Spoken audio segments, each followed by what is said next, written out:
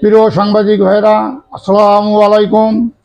আমি মোহাম্মদ নিয়ামত আলী শিকদার, পিতা মৃত সলেমান শিকদার, গ্রাম বাগাদিয়া, দিঘনগর ইউনিয়ন ৯ নং ওয়ার্ড আওয়ামী লীগের সভাপতি। মোহাম্মদ রবিউল শেখ, পিতা মৃত ইবারেক শেখ, গ্রাম বাগাদিয়া ৯ নং ওয়ার্ড আওয়ামী লীগের সদস্য। মোহাম্মদ শওকত শেখ, পিতা আতিয়া শেখ, গ্রাম বাগাদিয়া ৯ নং ওয়ার্ড আওয়ামী লীগের সদস্য।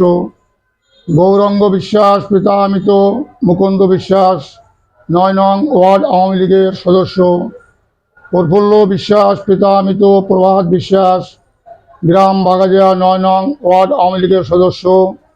সর্বং উপজেলা মুকসুদপুর, জেলা গোপালগঞ্জ।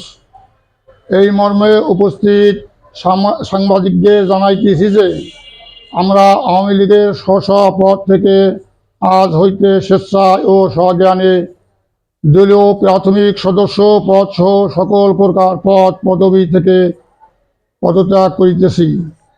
আমরা সকলে জানাইতেছি যে আজ থেকে আওয়ামী লীগের সাথে আমাদের আর কোনো সম্পর্ক নেই এবং আগামীতেও থাকবে না। ধন্যবাদ।